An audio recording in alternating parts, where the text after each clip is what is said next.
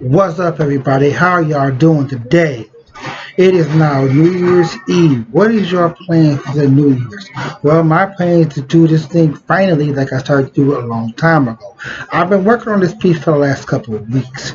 As of right now, this is my first time editing, so please excuse me as I roll with this one. Um, but we're gonna start with it like this. So if I have a hiccup, please I apologize in advance. This video is gonna run long, so if you're not gonna hang along, then I apologize. This is the first of many episodes, and this is how we're going to roll with this. Welcome, ladies and gentlemen. This is your host, Michael G, and or as most people like to call me, Mario 1031, or Dr. Mario 1031. This is my sixth sense.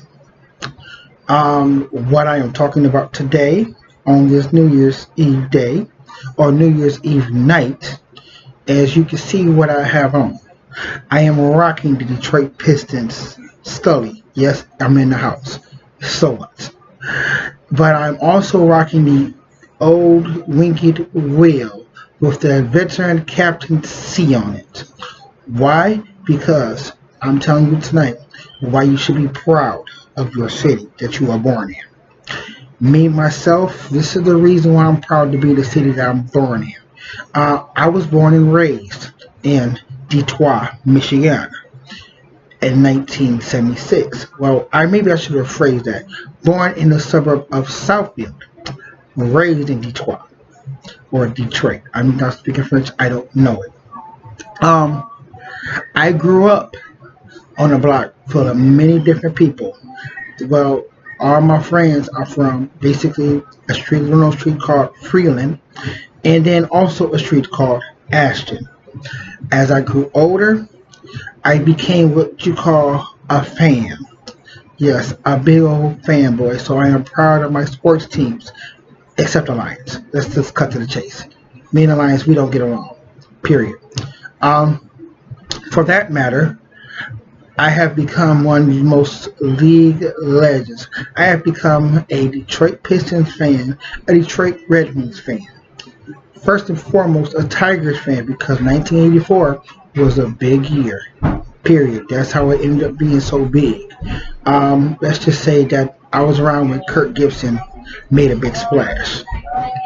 Later on down the road, I became a better Red Wings fan because also in 1984 I seen my first Red Wings game with my father, who had brought me to the rim of the Wings. Now it wasn't until years later where I experienced the pleasure of a championship. Shall I say the 88-89 Detroit Pistons along with the 87-88 Detroit Pistons and also the 89-90. Yes, I know we're going to move it along, but the Pistons actually created the Jordan rules. Why was I proud to be Detroitian? Because I got a chance to see the Pistons rise. Pistons, we had an image, period. We were known as the bad boys.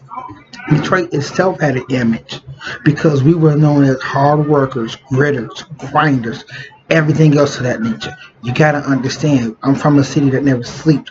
Forget New York. Detroit was where it's at the moment. So growing up in the middle school and in the high school I went to, I was proud of being a Detroiter. When I graduated from high school, not to mention my high school I went to, multicultural. Charles E. Chassey High. Born and bred for 4 years. Not Munger, not Redford, not Cass Tech, not Martin Luther King. You know, one of the three major schools. Don't forget about Mackenzie. Oh, let's not forget about Renaissance. The 5 major schools in the city. No, Chatsey. Number 1. Period in football. I don't care who you brought against us. While I was there, we reigned supreme. No, I didn't play football, but my brother did. And for 10 years running before that school closed down, you didn't hear about Cass Tech. You didn't hear about Northwestern. All you heard was Chatsey. Period. Now, on that note, We growing older past high school days. I grew up watching the Wings more and more, and in 1996, I got my excitement of playoff life. Not to mention, 94, yes, the Wings first made the playoffs, first time, 1994. Who did they get swept by? The San Jose Sharks. Period. That's, that was a suck time for me. I said, why am I watching hockey? That was a suck time for me. But 95, golden year. They made the Stanley Cup Finals. But who they get swept by? Oh, the New Jersey Devils. Yeah, that's right. So we're going to keep moving on. Not to mention 96 was the year I saw emergence. Was the year I saw greatness. Not to mention I was growing greater myself. Yes, I worked in Dearborn every Tuesdays. I worked there. But I saw emergence and greatness myself. Then I saw myself saying, wow, I could do this. I could rep this and go with this because of one guy. Now you're gonna say this one guy is Joe Dumars. No. You're gonna see this one guy is Ian Thomas. No. You're gonna say this one guy is possibly Barry Sanders. He almost made me become a Lions fan again. No. The emergency trade happened thanks to a young cat named Stevie Y. Period. I mean, yes, I'm talking about history in Detroit, but I'm also talking about my history. Because I grew up believing in a city that would rise again. Fall from the ashes, it shall rise again. And so far it is. Now, people say Detroit gets a bad rap, and they do. Detroit does get a bad rap. Why does it get a bad rap? Because we have things like abandoned houses, poverty, people out here hustling, making moves every day. And that's the only reason because of that, because sometimes we Detroiters don't have the choice in the matter. They didn't give us a choice. They didn't give us a voice. They didn't give us a chance. Now, I'm not speaking for the ones that aren't hard workers, because I know we all are hard workers. But at the same point in time, you have to understand, even the lazy ones need a break sometime. Well, let me scratch that. Let me scratch that off. The bums never get a break. Period. However, if you are hard working in the city that you love and you care about, trying to bring it back up, then yes, this one's for you. So when people dog Detroit, thinking like, oh, Detroit's bad, Detroit's not as bad as you think it is. I lived there for 28 years of my life. A few of those years I was in Southfield, a few of those years I was in Highland Park, but I lived there. I survived there. I grinded there. I'm the only thing that knows about hustle. That's like John Cena. I hustle, loyalty, respect. My city. Yes, I don't live there now because I wanted a better life for my children. However, I would never talk down about the city that helped raise me and helped grow me to the person I need to be, the person I need to become. Why? Because it's my city. Flat out. Now, on top of these things, you have to understand something. Detroit's had its highlights and its lowlights. Lowlights being Kwame Kilpatrick. Yes, I'm going to say it. Kwame may have been the worst thing that could have happened to the city, but however, it's one thing to say that Kwame just did things that he wanted to do. And you're right, Kwame did do things that he wanted to do. But Kwame did something else to the city of Detroit too. Kwame helped people believe in themselves again. Yes, he's in jail. Yes, he embezzled. Yes, he got careless. But so did Snyder. You see where I'm going with this? So does what any other crooked politician. Kwame just got caught. Period. Sooner or later, somebody else is going to get caught. But as of right now, I'm not here to pass judgment or prove nothing against nobody. I'm just telling you how it goes down, what I see in my eyes. This is why this is called my sixth sense, because that's exactly what this is, my sixth sense. The big news is that I survived. I've seen 4 titles. I'll take it back. Oh, rewind that. I've seen 7 world championships. Nope. Scratch that. 8 world championships. And now these belong to the Detroit Lions because they suck.